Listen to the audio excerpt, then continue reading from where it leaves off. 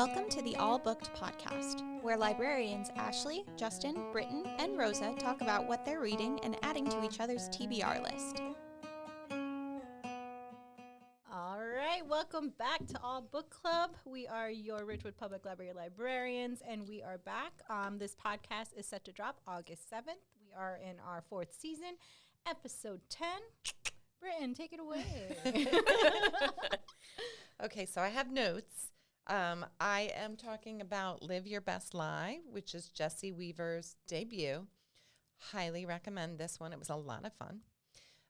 So Summer Courtwright is a social media influencer with 5 million followers and a high school student. I can't even get 1,000. I can't even get 200. Are you kidding?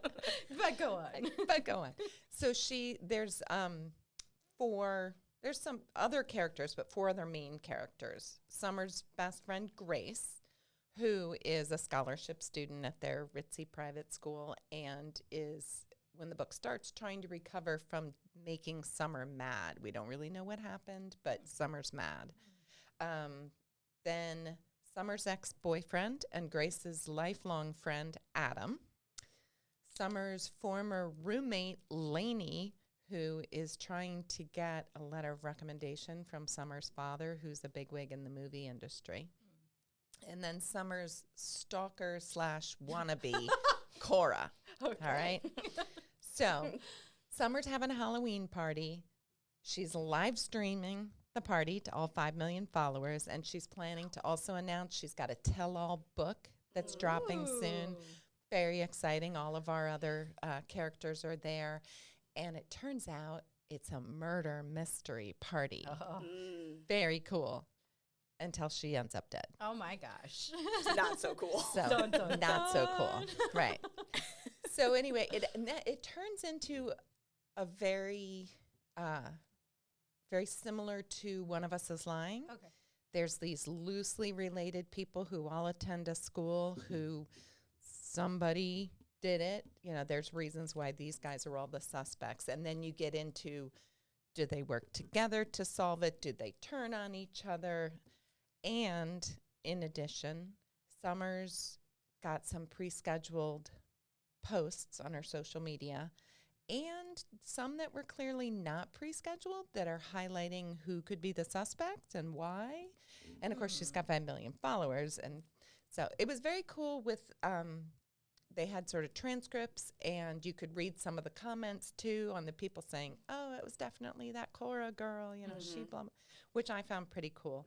And all of them have a reason why they don't want this book coming out, or in addition, they also don't want to be Charged with murder. Exactly. Yeah. Which is the bigger picture. Yeah. So there's flashbacks, there's police reports, I think, if I remember correctly, there may have been either some interviews with other people or that may have been in the police reports.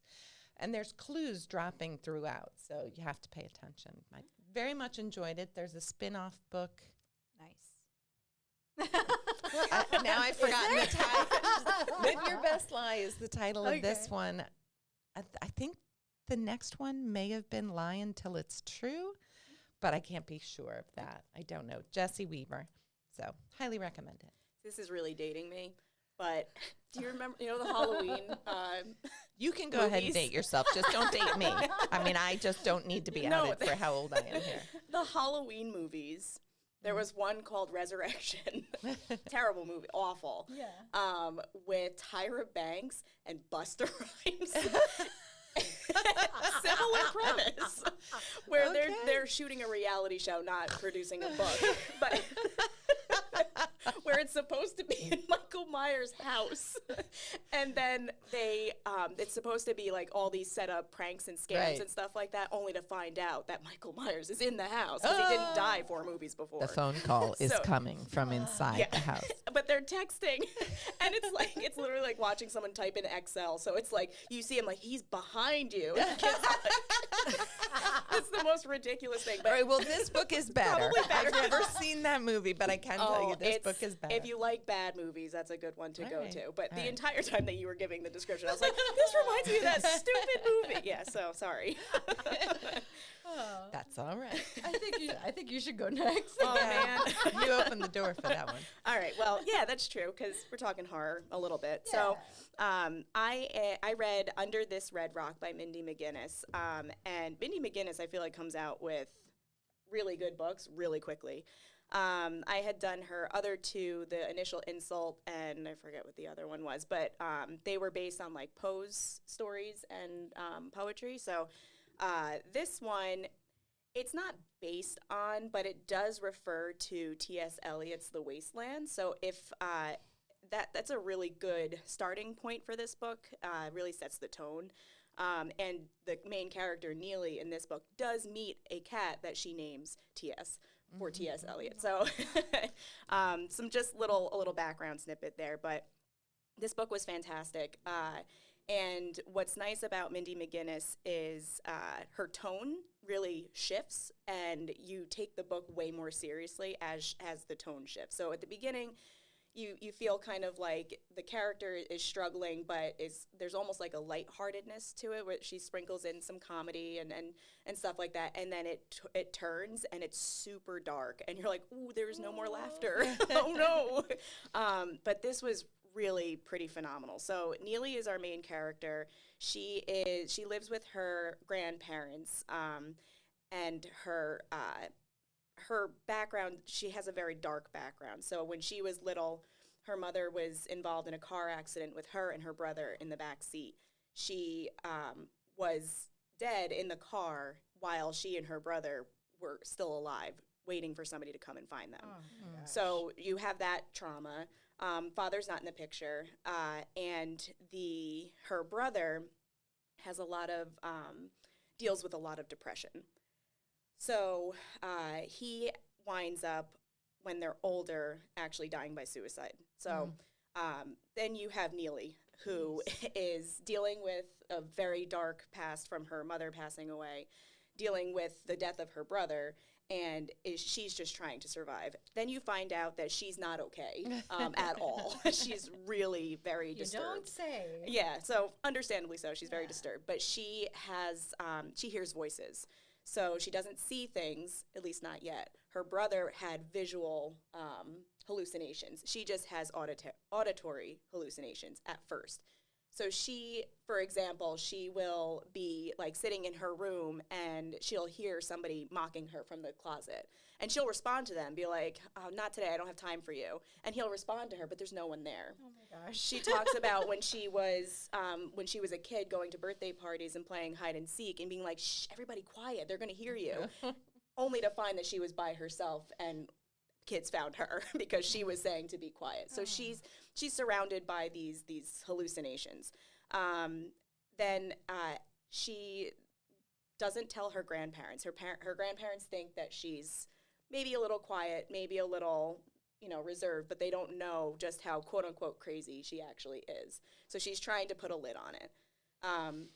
One summer she decides she's going to work in a cavern for the summer, and it's a really cool place. She grew up going to this place, this big tourist attraction. If you've ever been to like Howe Caverns or anything like that, very similar vibes where it's like the kitschy little gift shop in the front, and then you go on the tour.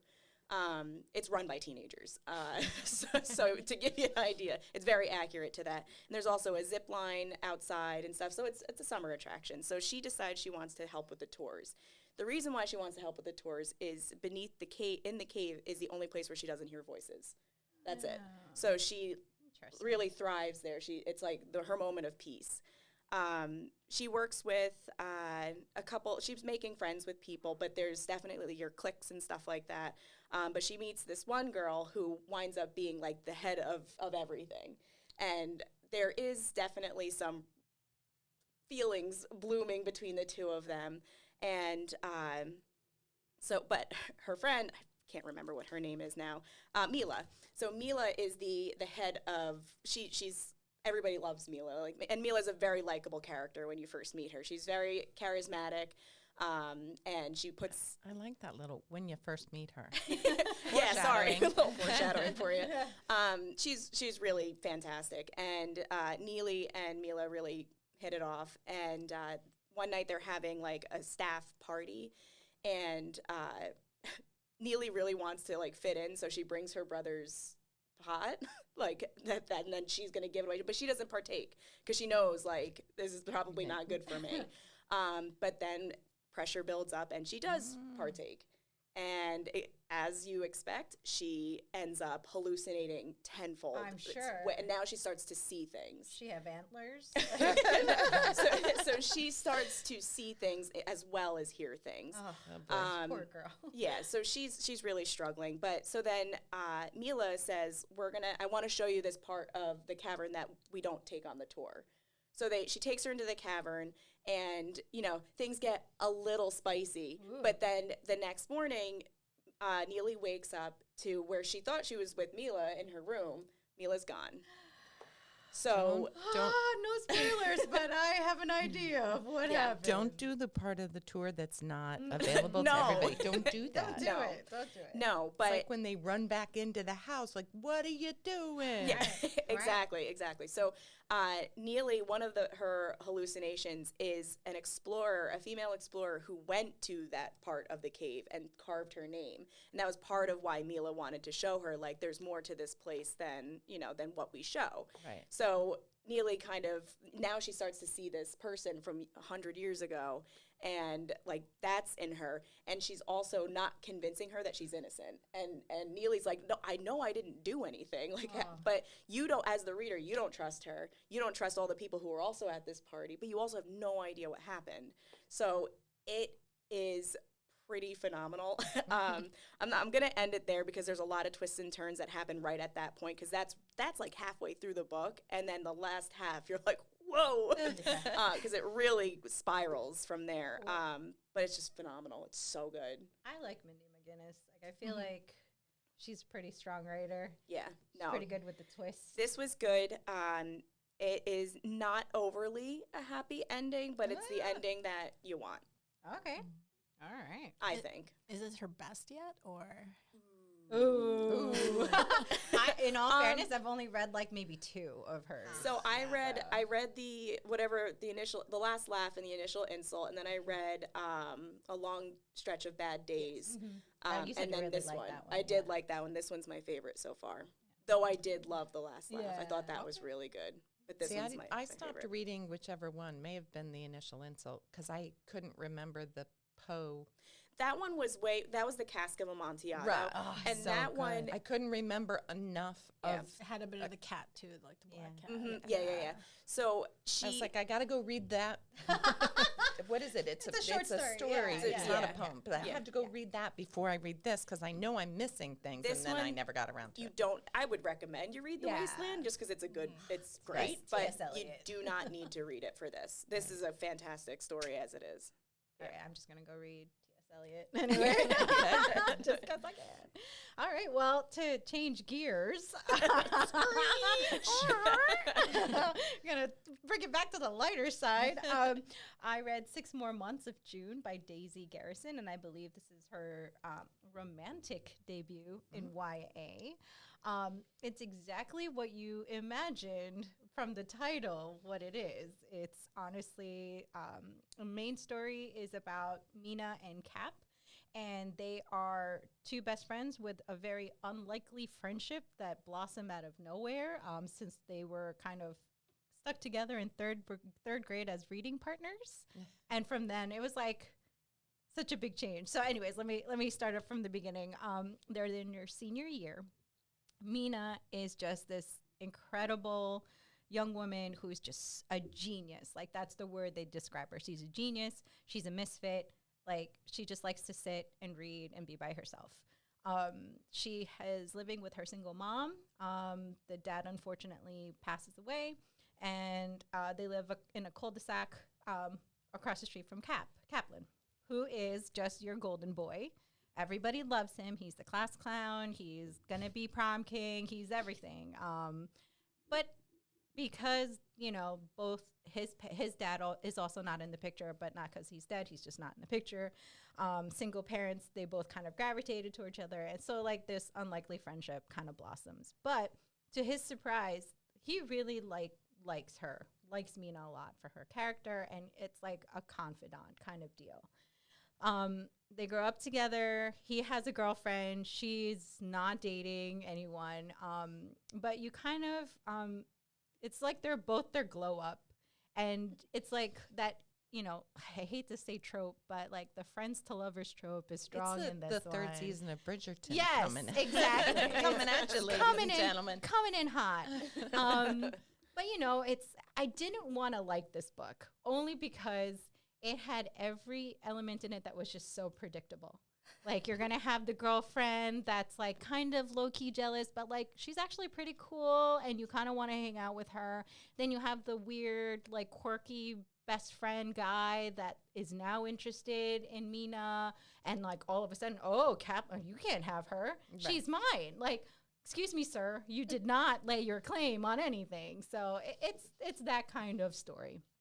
But it goes without to say, it's a great palate cleanser if you need a light beach read that's fun. Definitely, you know, some characters are stronger than others. I gravitated towards it because it was just very sweet. It was like a very sweet story, and like it's interesting to, you know, there were moments of like just very light, and then like it, you know, there's talks about, you know, sexual assault. There's, you know, grieving after your dead father and like how you get over that. So like there are moments that it's very strong, but also moments are just like, come on, Cap, what are you doing, sir? Like, get out of here. But it goes, you know, if you like books that are light reads, you know, coming of age story, if you want to read about characters that just are like, these are teenagers, like they're hardcore too. They're, you know, just and Mina's probably the only one that's just like, you're an adult that's in a teenager's body. That's probably why I like her so much. But I think for her first stab at a romantic YA book, I think Daisy Garrison like kind of clicked all the boxes for me. So I would recommend this if you need another light read for the summer. I'm always looking for those light reads. Yeah, I'm not. I need a dark, I need depressing. I've been on a thriller horror, you know, kick for a while now. I've read a lot of adult and YA stuff. I feel like I'm taking your, you guys slowly moving into your real estate. I have tried. I've told you, I tried to, the summer I turned pretty. Well, come on, that's a totally different. What was the other one that I tried? You that tried I was like, the Darcy Russell. Yeah, Darcy the ghetto. I also the getaway. I read the getaway. It just for all those who are listening, Ashley rolled her eyes and it actually went to the back of her head. It was a big roll. Big eye roll. I'm sorry. I just can't do it. I don't know what's wrong with me. I know I get it. I'm a firm believer in allowing yourself a little bit of that just light, fun, feel-good read. I loved All the Boys I Loved Before. I thought that was an adorable trilogy. Yeah. I've read light stuff. A couple of these, I'm just like, I can't listen to that was an even bigger eye roll. I mean, that was like cross-eyed eye roll. I don't know how you did that. I can't put into words. I had to make the facial expression. That's why you're reading. Yeah, that's why I'm reading Mindy McGinnis. Yeah, it's true. Yeah. All right, so Rosa, what are you reading? Okay, so to preface this, I just wanted to say that around the time I was reading this, I felt like I was living in that meme where like if I had a nickel for XX, I'd have 2 nickels, which isn't a lot, but it's weird that it happened like twice because I was reading this book and it had horse gore involving a little kid. And I'm out. And then the next book I read had another pivotal, like, intense horse gore scene involving a kid. Oh my gosh. What in the world? Is that a thing? It's a horse gore like Scorpio races? Yeah, like we're going to have horses getting eating people? What are we doing like here? something's happening to... Well, why don't we let you talk? The horse gets, like, mutilated, chopped up, that kind of thing. Maggots and Okay, everything. so Yeah. not violent horses. No. Violence They're acted horses. upon the Okay. horse. This one had a violent horse. Got it. All right, So- all right. Noted. Maybe he So deserved weird. it. Okay, I so don't know. what is the title? So this is A Sorceress Comes to Call by T. Kingfisher, who has been yes. really hitting it out of the park with the fairy tale like twists and mashups and retellings. And this one comes out on August 6th. So by the Nice. time Right. this comes out, it should be out in bookstores. So this one is a very, very, very loose retelling of, I believe it's a Grimm's Brothers fairy tale, The Goose Girl. You don't really need to read The Goose Girl beforehand because it's very, very like barely hanging on to that fairy tale. But we have 2 points of view, and we start off with Cordelia, who is a 14-year-old girl who lives in a cottage in a tiny village of an indeterminate setting. Somehow it's like historical, but also like you don't really get like a specific time period. She lives with her mother, Evangeline, and she has the most miserable life because for some reason her mother has this ability to make her obey anything she wants her to do. She has to like obey her, like to the point where like there are no doors in the house because like her mother doesn't want her to like have any secrets. And Dark Ella Enchanted. Ella Enchanted. Exactly. Right. Exactly. So Cordelia is very lonely, very isolated, and so she only has her mother's horse, who she learned to ride on, to talk to. And Oh, this poor horse. Good for conversation, those horses. I don't know. I don't know. yeah, so I- this horse I- is basically her diary. Yeah, Okay. but that you'd be careful what you're, how much of yourself you're spilling to this animal. horse. Oh, boy. We heard he was a violent animal. I mean, Yeah. come on. I'm worried about Cordelia. I mean, yes, because she finds out rather the hard way that the horse is also See? You were under right. the See? control of her mother. See? And that's why she was able to learn to ride on her, because the horse was made to be gentle with her and to like basically tell the mom everything she's ever told her. Oh, wow. So one day her mom comes home from one of her quote unquote benefactors, like one of the rich guys who like pays for her. Nice. And she finds out that her mom's telling her, we gotta leave. And she's saying, what happened? She's like, well, he broke up with me. And I had to leave him a little present before I left. Okay. And before I left, he also gave me something. in I return. know where your head went. So basically, she inherited her benefactor's carriage, and they make their way to the big city, and they somehow end up in the house of this very, very rich old squire. And from there, Cordelia finds out her mom has designs on marrying the squire to get money because they're broke. The mom is marrying The squire, yeah. Got it. Okay. Even though, like, in the beginning, she's been pushing Cordelia, who's only 14, to like make herself available for suitors, but she's just like, I don't want to. Yikes. Yeah, she's been passing off Cordelia as 17, but everybody's like, she looks 12. Oh. Like, no. So, the next point of view we get is the squire's sister, Hester, who's this crotchety lady in her like 50s. With a name like Hester, I Oh don't yeah, blame her. she's so much fun. She's very like she's very sassy. She's very like just done with everything. She knows that her brother has a weakness for beautiful women, which is why she doesn't trust Evangeline, Cordelia's mom. And she also has this like really fun group of like old lady friends who are just like down to like do whatever. They're very ride or die. All right. So much. And yes, so Hester's like basically trying to sabotage Evangeline. Evangeline's trying to fight back without having to use her magic. Wow. Because if she gets discovered, of course, like everything is like ruined. And in the middle of this is Cordelia, who's just trying to appease her mom while, being taken under the wing of Hester, who feels bad for her because she can tell that like Cordelia is being abused. And in the middle of this is the evil horse Falada, who is very pivotal, but I can't say anymore because I already said something about the horse. Oh, we said too much. Yeah. But yeah.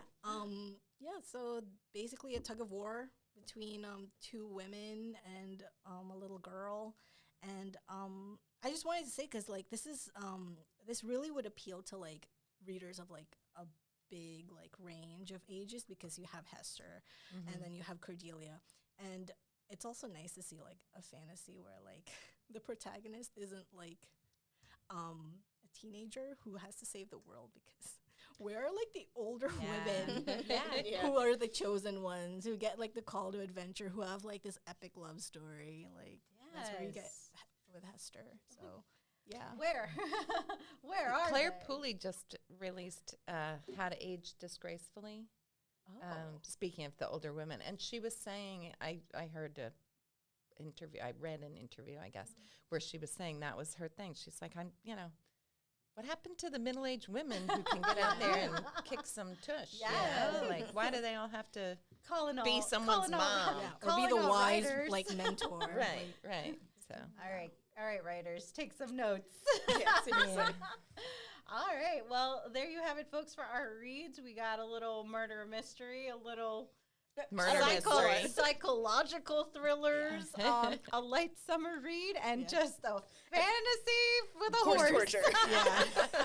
So now we're gonna switch another gear and talk about the topic of today. So I'm gonna preface this with our director, Lori, had asked all of us to give a list of their top 10 choices of books, best books of the 21st century. This was rough because how could we pick? How can we pick? Right. We are young adult and children's librarians, and we also read adult books. How do we wheedle it down to 10 choices? Yeah. I don't know about you guys, but this was Struggled.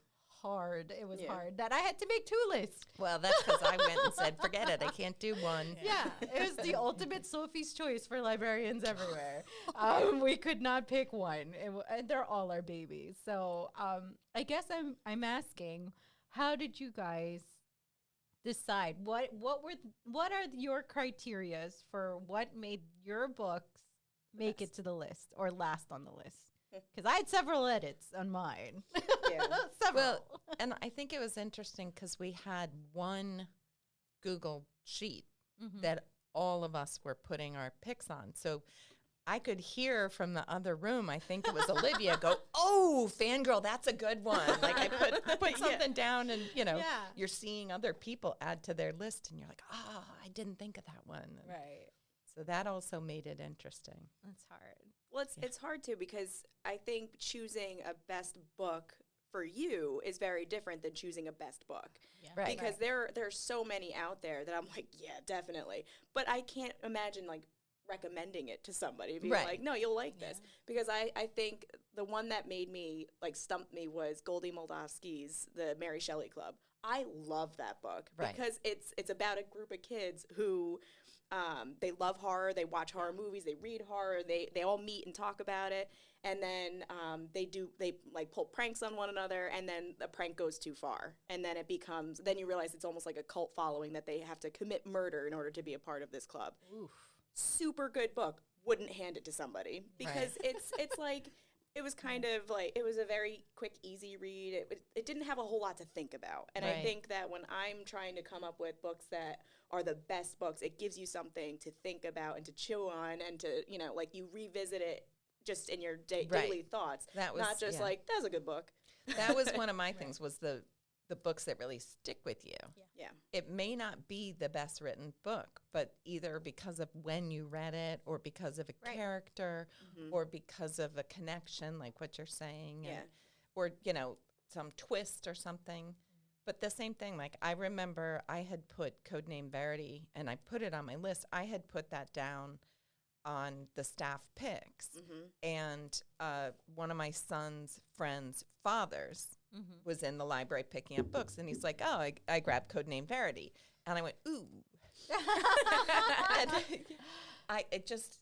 it's an amazing book. Yeah. And if you like spy stories, but I've recommended it to mostly women because it has a really strong female friendship. Yeah. And it's a YA book. And I don't know whether or not this, dad of a teenager really wanted to read YA or Right. you know. That was a it slow is burn too. that And one? from what I remember, it took me a while to really I get into it. Tried to get my two friends to read it during COVID. We had like a virtual book group, and they both gave up on it because they in were the talking beginning- about all the airplane Yeah. stuff. And I was like, just, you don't need to know. Ignore it. You Yeah. don't need to know what the sec- moth is Yeah. and the tiger moth and the whatever. The Just second let it go. part, the second part was Yeah. definitely a lot stronger than the first. It's Right. definitely worth. Well, that getting was when through. you get into, the story. yeah, and- Yeah, I yeah, agree. so. I guess I was really tough because I kept going back and forth on like, authors, like favorite authors. Like I personally love anything that Jennifer Donnelly puts out there. I just think she understands her audience. She knows exactly what we want to read, and like she always delivers in my book. But I think the first book she ever wrote, the first book I ever read of hers was A Northern Light. Love that book, and it's that book. Speaking of staying with you, that book stayed with me. Like, Right. when I first read it, I think I was in college when I first read that book, and I was like, this spoke volumes to me. And I might go back and reread it again just because, like, I remember how it made me feel. I don't know exactly, verbatim, exactly word to word what happened, but Right. like, I just remembered it made me feel a certain way. And from then on, I was a fan. right. I think having a strong dialogue between characters too. I think that always like resonates with me whenever I'm picking up a book. Like one of my choices is like what did I put? Aristotle and Yeah, Dante. I was just gonna say that. Yeah. Like their dialogue, everything Yes. about it. I loved it, and including Tess Sharp's The Girls I've Been. Like the dialogue back and forth, like that was a different. Like I just thought it was different. It was a different style. Yeah. It got a little repetitive, but it was different. So right. there's certain aspects of books that Yeah. like really will kind of stand out for me. I don't know though, but to pick I know, 10, it's tough. it was really hard for me to do. Well, I just said Codename Verity was on my list. It wasn't. I just realized it didn't make the cut. It didn't make the It's cut. on my side list.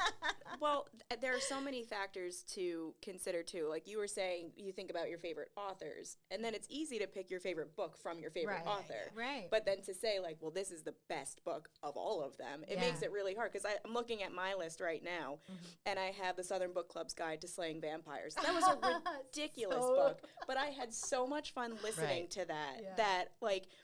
On the same book, on the same list, I have The House in the Cerulean Sea. Yeah. I would way more likely recommend House in the Cerulean Sea than the Grady Hendrix book, just Right. because they're so totally different, but they're great in their own right. Yeah. That's a big part of it, is trying to figure out what are you trying to say about what makes Right. it great? Is it great because it's like dark comedy, Right. or is it great because it's heartwarming? Is Is what it great for exactly? recommendations or is Right. it great for you? Is it great as an audio, or is it great to read? Yeah. That's another big thing too. Which The House in the Cerulean Sea Is is great. both. Well, it's both, but I have to say, if I can convince someone to listen to it before they read it, I Really? do. Okay. Because I think it's Daniel Henning, is that his name? He does Such a good an job. amazing Yeah. job with the voices. And I think the humor comes out in his voices. Yeah. I was just thinking, you were talking about scenes that stick with you in the dialogue. There's a scene in that book where they're all in the van. Oh, yes! I still laugh out loud. It's good. And It's he's good. got the timing down. Yeah. He's got the voices. You can be there. Yeah. Yeah. You know. But then we also talk about like rereadability. Mhm. And I have A Monster Calls on here. I don't think I'll ever read that book again. Right. Because it made me too Same, sad. It was so good. Which It is was why I've so- never read it at Oh, all. it's such a beautiful book, and I would recommend it for anyone who's going through like grief or anything like rough. that. It's a It's rough so one. well It's a done, rough one. but I can't revisit it because Yeah. it's so heartbreaking. There's just some books you just read Yeah. once is enough. Yeah. Once is enough. And then we're talking so much about fiction. There's also nonfiction that's on Right. here too. All Like, of my what makes it good adults- is all nonfiction. All of my adults, it was like Yeah. The House in the Cerulean Sea and a whole bunch of nonfiction. I Yeah. mean, I have a biography, Crying in H Mart. Like I love that book, and that one was I hard have to Say get Nothing. through. Rosa, why are you so quiet? I know. Rosa, what do you have to say? Oh, I do agree. I think the only like additional factor that I like would add to how I would pick my best books is basically like if it made me feel seen, or you know, if I was able to relate on like a soul level to it. Like, I think that's why a lot of mine are like fantasy, sci-fi, and historical, because I can see myself too easily in a contemporary setting, so it's not such a stretch to like relate to it, but to be in like a different like world and then to still see myself in it. It's there are like ways to like sort of explore who I am in like, you know, that medium, rather than like, oh, if I were in this situation, like I remember going to high school and I remember all the things that like I did and how I felt. Okay, that's not. But if I was here and I was stuck in a haunted house and there was like a serial murderer and I'm in like a group of people and they're picking us off, what would I do? Like that kind of thing. Yeah. Always go back to this. Nice. Are we going to do Desert Island? Yeah. Oh, so no, let's end I it. don't know. Let's end the conversation with my question. If you were going to be stranded on a deserted island and you had to pick one book to read for the rest of your life over and over again until From our you are, list. From our your list. From your list. From your list until you are rescued or die. Okay, and one other thing that we didn't bring up. No survival. No manual. survival. No survival. One other thing we didn't bring up is this is the 21st century so far. That's true. I can't tell you how many books I was like, Before that's it. Yeah. And it was in the like 1997. Yeah. I agree. There are a lot of books on that Right. I wanted to put The Alchemist. Yeah, no, there was a whole bunch Not that just allowed. missed. All right, I don't know. I don't right. know. Leave me for last. Oh gosh. Are we doing one overall or one from our One- YA One list? from or- our. Well, you have. How many lists do you have? I have my YA and Juve list, and I Okay. have my adult, and then I have my alternates. All right. Give me one from every list, right? That's even worse, I think, maybe. This All right, is don't look at me. rough. Okay. Go I elsewhere. will look Yours. at you. I think, honestly, from my YA, gosh, this is rough. I would definitely do A Northern Light from Jennifer Donnelly. Yeah. From all of it. It's rough, but oh god. Can I come back? Are you doing adult and YA? Yeah, and I think for adult, I think the Gurgency Literary and Potato Peel Pie Society by Anne Barrows and Marianne Schaefer. I think that would be my adult pick. All right. That's rough. I'm sorry. I hope I picked good ones. Ashley. I did not make multiple lists. I just did one, and I have 11 on there. I broke the rules, so I only have one extra on there. And my extra is the one that I am choosing, which is 11/22/63 by Stephen King. That doesn't surprise me. Will forever be. That was one of truly like the most incredible book I think I've ever read. You know what? And on top of it, having now that I've read it and The Stand and this one of his like doorstopper books, that's my favorite one. It's so good. Gonna be honest, I recommended that to one of our teens, and he loves it. It's so good loves it. because everybody thinks of Stephen King as a horror writer, and this is not a horror story. It's, Right. And if anything, they always criticize him saying he can't write romance. Man cannot write romance, and it's one of the most romantic stories. What? It's You didn't so find good. Misery? That wasn't Misery. romantic. The romance wasn't really working No. for me with that one. Mr. Man. Oh goodness. Though I do like Annie Wilkes. She's one of my favorite villains ever. But yeah, that's mine. Gosh. All right. Wait, Rosa didn't do her favorites. Yeah. Nope. You still have time. You still have time. Oh man. You know what? I actually don't need a desert island to reread this over and over. Nice. Rebel Angels by Libba Bray. Oh, And it's the second book. Oh my god. Oh yes. Yeah. Not that- Oh yeah. my god, I haven't read that series in forever. I love that Oh my series. god. Yeah, I don't. Yeah, I think I reread it like only a couple months ago, and I'm just like re-listening to the audiobook Dude, again. Like, Libba Bray. Honestly, it was between that and The Diviners, but Yeah. like Diviners give me nightmares. then don't listen to the audiobook. Naughty Yeah. John. No, She thank does you. amazing audio. Oh my god. I did listen to Beauty Queen, and there's I- 20 different characters, and So she's got them all funny. down, and Please, everybody read Beauty Queens. Don't listen because to it. It is the best. it's amazing. I am shocked there are no adaptations of any of her like books They're yet. fantastic. Like, it translates well on It's screen. so good. It's so good. Yeah. No, she's one of my favorites. Definitely. Yeah. For adult, I would have gone with The Ocean at the End of the Lane by Neil Gaiman, but it's so short. It is. So I just feel like that is the problem. Yeah. so, and I wouldn't change anything about it. It's perfect, but I guess I just go with Poison Study for Adult by Maria V. Snyder. Okay. All right. Strong. Okay. I feel like Brittin needs a drum roll. Yeah, I don't know. So I really am just going to pick here. If you ask me again in an hour, it'll probably change. But I think I would probably go with The House in the Cerulean Sea. Yeah. Audio, please. Okay, audio. I need to have unlimited batteries for my AirPods. Yeah, while No, you're no, no. you're putting up your hut, you can listen to Exactly. it. Yeah. I mean, it's a rough choice, and as I said, almost everything else on there is nonfiction. Like it's different from my other choices, but it's got such an amazing setting, and the characters. I'm a sucker for a group of friends, or in this case, sort of family, and the dialogue, the banter everything. back and forth. TJ Klune is really good at that Everything. because all of his Yeah. books are like that. Yeah. So that's my adult. And then I think for my Juve YA, I think I'm going to go with Fangirl. I By Rainbow knew it. You know Rowell. what? I was in my head. She's like, she's gonna say fangirl. She's gonna say fangirl. I mean, It's so good. It's very good. So good. And you've got kind of two stories. Like if you want to follow some of the whole Simon Snow thing, which, by the way, I do listen to this book over and over again. And quite often I just fast that part, forward yeah. through the Simon Snow bit. But I mean, Kath is so messed up and so relatable and wonderful. Yeah. And Levi's so good and so Yeah. perfect. And I'm sorry, but Reagan, her roommate, is like my spirit animal.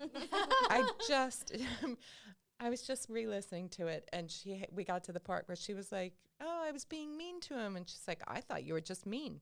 I like that about you."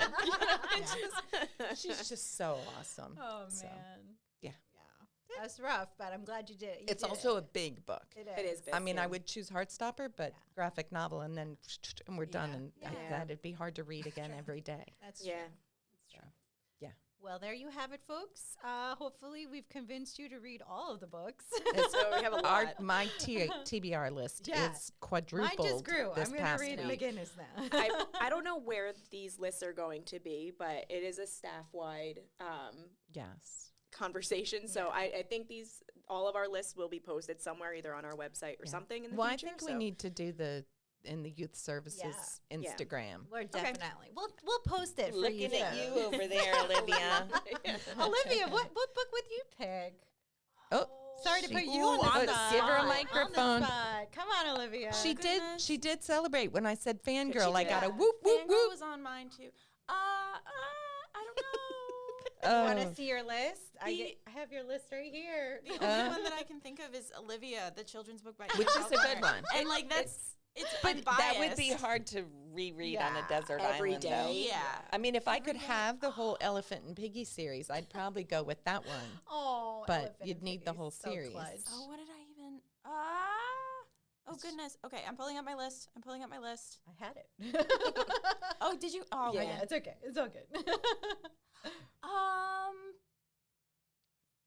Sorry to put you on the spot. The Song of Achilles by Marie Oh. Miller is a really, really good one. That Yeah. broke me. Well, I love that book so much. Because It's that's so then you good. have all of the you have all the feels. yeah, you have all the feels. feels, you have all of the classics built in as well. And so yeah, that would be mine. Strong choice, Olivia. Strong choice. Well done. All Thank you. right. Well, thank you, listeners, and hope you tune in again.